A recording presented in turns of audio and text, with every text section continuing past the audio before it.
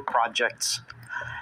Ang Iglesia ni Cristo ay payapang nagmamasid sa kasalukuyang nagaganap sa Pilipinas.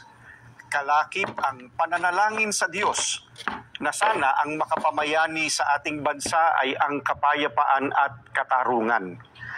Ang mga pagtatalo-talo at pag-aalitan na ibinunga ng malaking iskandalo ng katiwalian sa libu-libong flood control projects ng kasalukuyang administrasyon at ang mga pag-aawayang pampolitika ang dahilan ng mga kaguluhan ngayon sa ating bansa.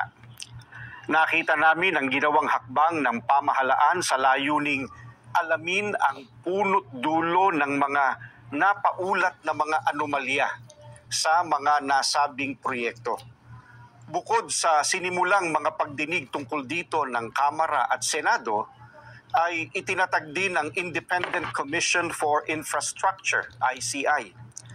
Tulad ng maraming Pilipino, naghihintay din kami hindi lamang sa magiging resulta nito na dapat ay totohanan at mapagtitiwalaan, kundi kung paano ito maisasagawa ng walang pag-aalinlangan. Gaya ng nararapat, kailangang mapanagot ang pinakaugat ng mga pagnanakaw ng daan-daang bilyong piso sa kaban ng bayan sa panahon pa naman ng paghihirap ng mga mamamayan. Ito ay para mailapat ang katarungan at harinaway upang hindi na tularan pa ng iba.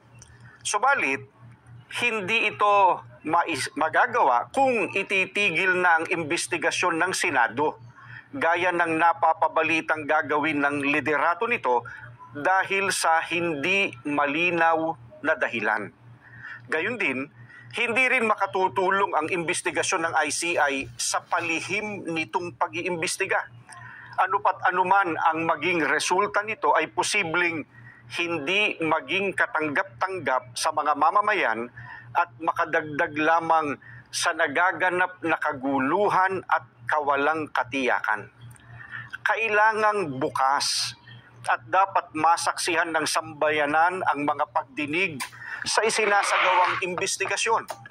Naniniwala kami na para magkaroon ng kapayapaan, kailangang patuloy na imbestigahan ang malawakang katiwaliang iyon at isagawa ng may transparency at walang kinikilingan o pinagtatakpan. Isa itong kahayagan ng sinseridad ng mga kinauukulan.